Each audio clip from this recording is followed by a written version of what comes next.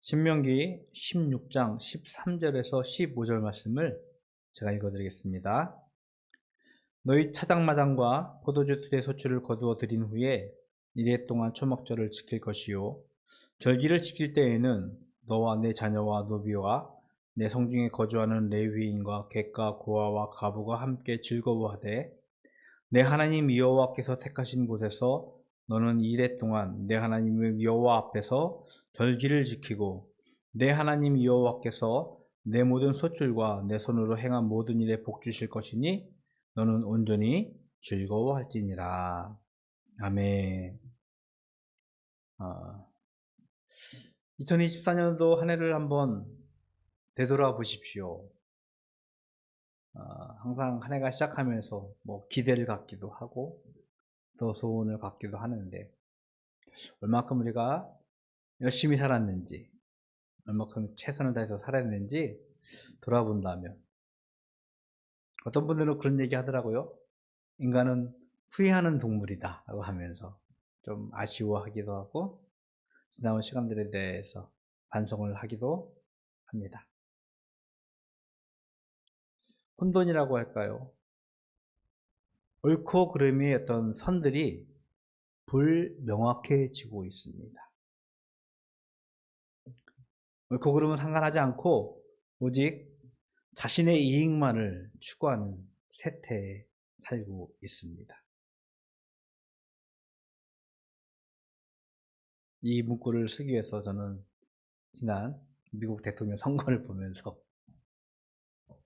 그래도 큰 형으로 좀 지나치게 간섭을 하기도 했지만, 나름 정의라는 것을, 선이라는 것을 생각해 왔었던 그 나라가 이제는 자신의 이익만을 위해서 살아가는 그 사람을 지도자로 뽑은 우리의 세태를 보면서 그리스도를 따르는 십자가의 길, 십자가가 우리 삶 가운데서 점차 사라지고 있음을 느끼게 되어집니다. 안타까운 것은 교회조차도 자신의 이익만을 위해서 그리스도의 희생, 헌신, 그리스도의 용서는 자리매김을 하고 있지 않는 것 같아요. 이 와중에 2024년도 우리가 추수감사주일 예배를 드립니다. 감사할 것이 무엇이 있을까? 하나님께 나와 함께 하신 것이 무엇이 있을까? 라고 우리가 궁금해하고 의아해 할 수 있지만, 저는 바라는 것은 같이 예배드리는 모든 분들이 그럼에도 불구하고 우리와 함께 하신 하나님을 우리가 찾고, 그 하나님을 묵상하고, 그 하나님께 감사하고, 그 하나님을 인정하는 그런 예배 되기를 소원합니다. 이스라엘에 세 절기가 있습니다. 6월절, 7.7절, 초막절이라고 합니다. 6월절, 7.7절에 대한 얘기는 좀 차치하고요. 그 중에 오늘은 초막절, 이스라엘의 세 절기 가운데 마지막 절기이자 이스라엘이 농사를 마치고 오늘 본문의 말씀처럼 타작마당과 포도주 틀의 소출을 거두어 들인 후에 2일 동안, 7일 동안 지키는 절기입니다. 수확의 풍요로움, 더불어서 농사를 마무리하는 그런 시기를 기념하는 절기이기 때문에 어느 때보다도 한 번쯤 우리와 함께 하신 하나님을 좀 되돌아보면서 자신의 삶을 되돌아볼 수 있는 시기라 생각을 하고 있습니다. 우리의 삶을 되돌아보면 안타깝다기보다는 좀 일반적으로 그런 것 같아요. 기쁜 일, 좋은 일, 그것이 오래 기억 속에 남는 것보다는 힘들고 고된 일이 더 머릿속에서, 더 마음속에서 오랫동안 지속되는 것 같아요. 여러분 한번 되돌아보십시오. 좋은 일이 많았어요. 기쁜 일이 많았어요. 그런데 그것을 기뻐하고 즐거워하고 그것을 감사하는 일, 그것이 오래 가는 것이 아니라 참 힘들었고 고달팠고 억울했고 나에게 뭔가 손해본 듯한 그런 일들이 머릿속에 마음속에 오래 기억되는 것 같아요. 극단적인 예일지 모르겠지만 남자들이 특히 우리 교사는 목사가 다 남자니까 군대 얘기를 자주 하는 이유가 군대에서 그런 경험이 많거든요. 억울했고 힘들었고 고달팠기 때문에 때로는 군대 이야기도 하고. 여러분도 그럴 것 같아요. 힘든 시기, 고된 시기가 더 머릿속에 남고 마음속에 오랫동안 기억되어지고 있어요. 왜 그럴까라는 생각을 좀 해보았습니다. 제가 설교하면서 몇 번 예화를 들었던, 예화라고 할까요? 그런 이야기인데, 어느 날 예수 그리스도를 잘 믿는 한 성도가 하나님 품에 갔습니다. 그리고 예수님과 함께 더불어서 자신의 돌아온 길을 쓱 살펴봅니다. 두 개의 발자국이 종종 왔어요. 나의 발걸음, 예수님의 발걸음. 늘 예수님과 동행하는 삶이었어요. 그런데 어느 순간 발자국이 하나만 남아있는 거예요. 그 시기를 가만히 되돌아보니까 제가 정말 힘들었고 고달팠던 시기였다는 것입니다. 그래서 예수님께 물어요. 아니, 항의해요. 예수님, 왜 저렇게 힘든 시기에 저 혼자만 내버려 뒀습니까? 라고 컴플레인, 불평과 불만을 토하자 예수님이 말씀하셨어요. 아니다 아들아, 아니다 딸아, 저 시기, 저 어려울 때, 고통당할 때 내가 너를 업고 내가 너를 안고 걸은 나의 발자국이다 라고 말씀하셨다는 거예요. 그래요. 우리가 힘든 시기, 고된 시기를 걷는데 하나님께서 예수께서 우리를 내버려 두지 아니하시고 우리를 끌어안고 등에 업으시고 걸었기 때문에 어쩌면 그 시기가 우리 마음속에, 우리 머릿속에 더 오래 각인되지 않을까. 바로 예수님의 사랑, 예수님의 은혜라는 생각을 해보게 되었어요. 이 초막절을 지키면서 우리의 삶을 잠시 되돌아보는 시간. 오늘 본문에서는요, 초막절을 어떻게 지키라라고 몇 가지 제언을 하고 있습니다. 첫 번째 보니까 14절에 보니까 이렇게 말씀을 하고 있습니다. 너와 내 자녀와 노비와 내 성중에 거주하는 레위인과 객과 고아와 과부가 함께 즐거워라고 말씀을 하고 있습니다. 남녀노소, 지위 고아를 막론하고 모든 이들이 더불어서 함께 이 절기를 지키라고 하나님께서 명령하셨습니다. 초막절을 지킬 때 소외되는 이는 없어야 합니다. 그런데 좀 재미있는 부분이, 우리에게 인상 깊은 부분이 레위인과 고아 사이에 객이라는, 손님이라는 부분이 있습니다. 이 객은 비단 이스라엘을 여행하는 여행객뿐만 아니라 이방인도 저는 포함된다고 생각합니다.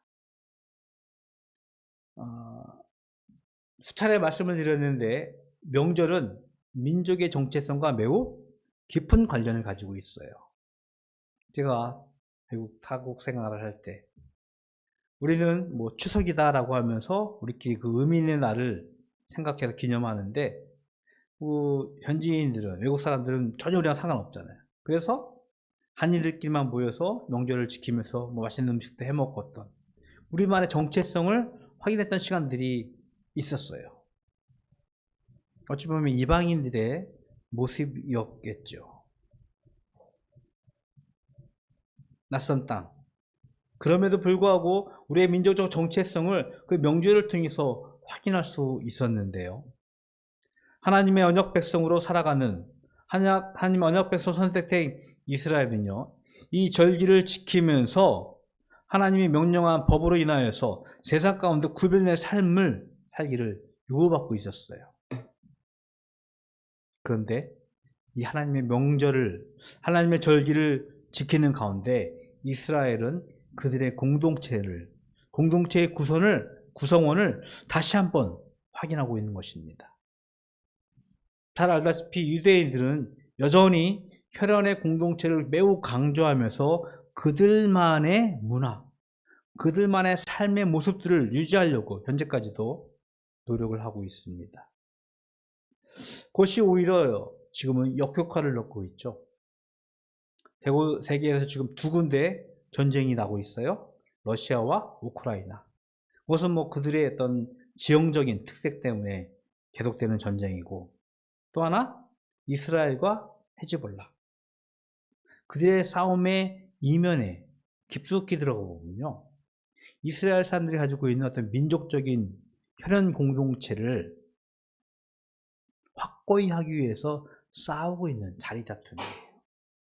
뭐라 표현을 길게 말하지 못하겠지만, 이스라엘의 역사 가운데 팔레스타인과의 역사는 매우 복잡하고 매우 혼잡스럽게 연결되어 있는데, 이스라엘이 그들만의 어떤 혈연적인 민족적인 공동체성을 확고히 하고자 지금까지 전쟁을 일어나면서 끊임없이 무고한 희생자가 발생하고 있습니다.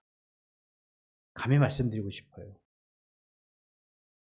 하나님께서 분명히 이스라엘을 하나님의 선택된 백성으로 삼으셨긴 했지만, 지금은 악의 축으로 세상의 평화를 위협하고 있는 가장 잔인한 민족이 되었음을 우리는 부정하지 못할 것 같아요. 이들은요, 하나님께서 구약의 전통을 가르치는데 그것을 왜곡합니다. 곡해합니다. 물론 하나님께서 이방인과 결혼하지 말라라고 그들만의 민족적인 정체성을 엄중히 선포하셨지만, 경고하셨지만, 하나님께서는요, 그들 가운데 있는 이방인들을 내버려 두지 않으셨어요. 오늘 명절을 지키면서 분명히 말씀하십니다.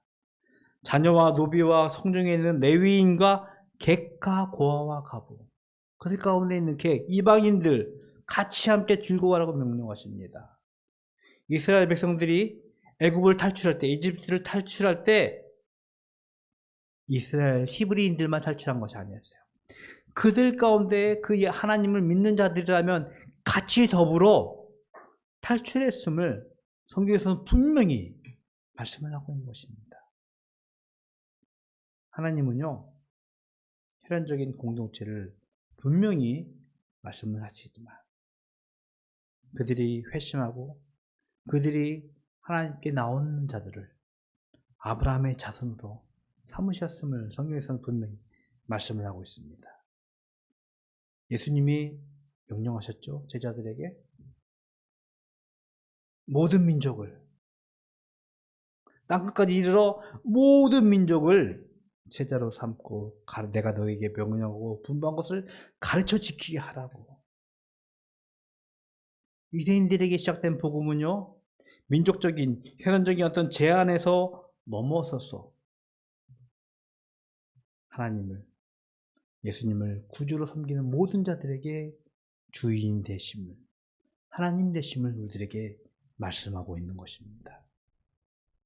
이 절기를 지키는 것은요, 단지 혈연에 제한되어지는 것이 아니라 하나님을 믿는 자들, 하나님 앞에 선 자들이 지켜야 할 절기임을 우리들에게 말씀한다는 것을 우리는 반드시 기억해야 할 것입니다.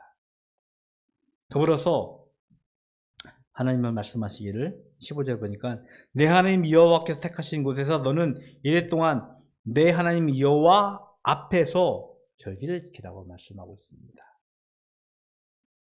하나님 앞에서, 많이 들어봤을 거예요. 코람데오라는 말입니다. 신전의식이라고 하는데 우리가 하나님 앞에 섰다라는 믿음의 고백이에요. 하나님의 정직과 하나님의 공의가 선포되어지고 있습니다.